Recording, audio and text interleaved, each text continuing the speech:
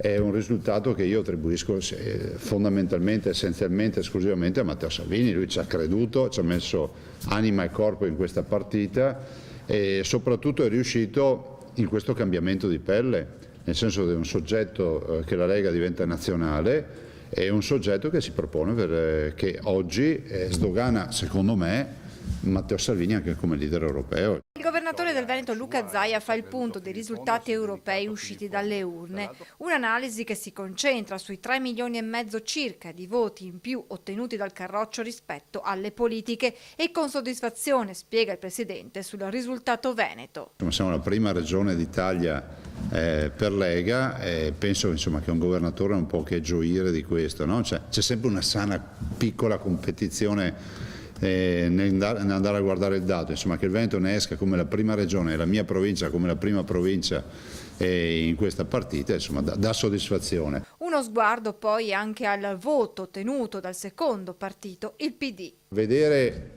il PD che viene definito come l'araba fenice che risorge dalle ceneri, cioè il PD ha perso 187.000 voti rispetto alle ultime politiche.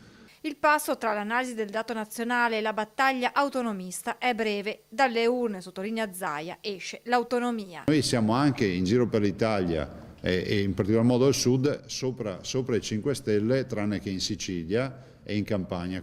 Non è vero che la partita dell'autonomia è una partita che fa perdere voti, mi spiace per chi aveva fatto questo conto. La vera partita che viene fuori dai seggi e dal voto della Lega al Sud è una partita che dice che la partita dell'autonomia è una partita nazionale. Abbiamo una parte dell'elettorato che non necessariamente è leghista, nelle viscere non è leghista, però comunque ci vota perché sa che l'istanza dell'autonomia e alcune istanze che portiamo avanti sono istanze strategiche. Matteo Salvini ha ribadito in conferenza stampa la volontà di mantenere l'alleanza con i 5 Stelle, ai quali Zaia lancia un ultimatum per l'autonomia. I 5 Stelle non possono dire che hanno un alleato che si comporta male, se poi loro vogliono rompere ne prendiamo atto.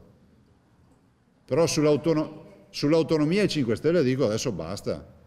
Basta con manfrine, basta con teatrini, basta con anche dichiarazioni poco rispettose nei confronti del ministro Stefani. Dire che non si è mai visto il progetto o dire che il progetto è scritto male vuol dire da un lato dire una bugia perché il progetto il ministro Stefani l'ha consegnato. Dire che è scritto male vuol dire non averlo letto.